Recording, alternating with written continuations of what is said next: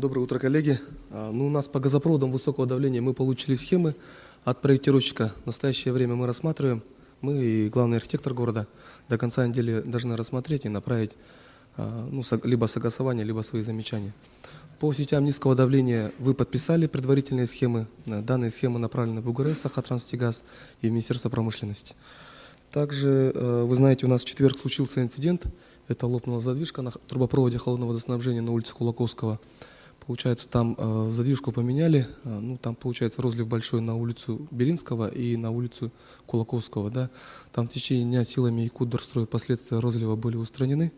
В настоящее время ведется служебное расследование по данному инциденту.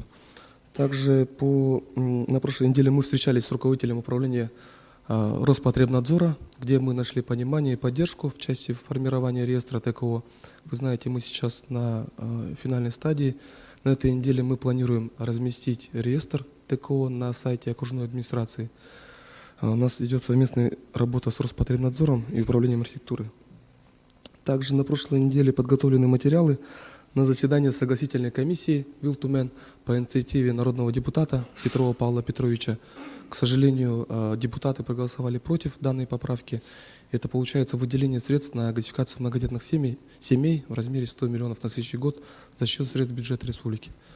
Поэтому, я думаю, дальше будут работать депутаты в этом направлении. Вкратце у меня все.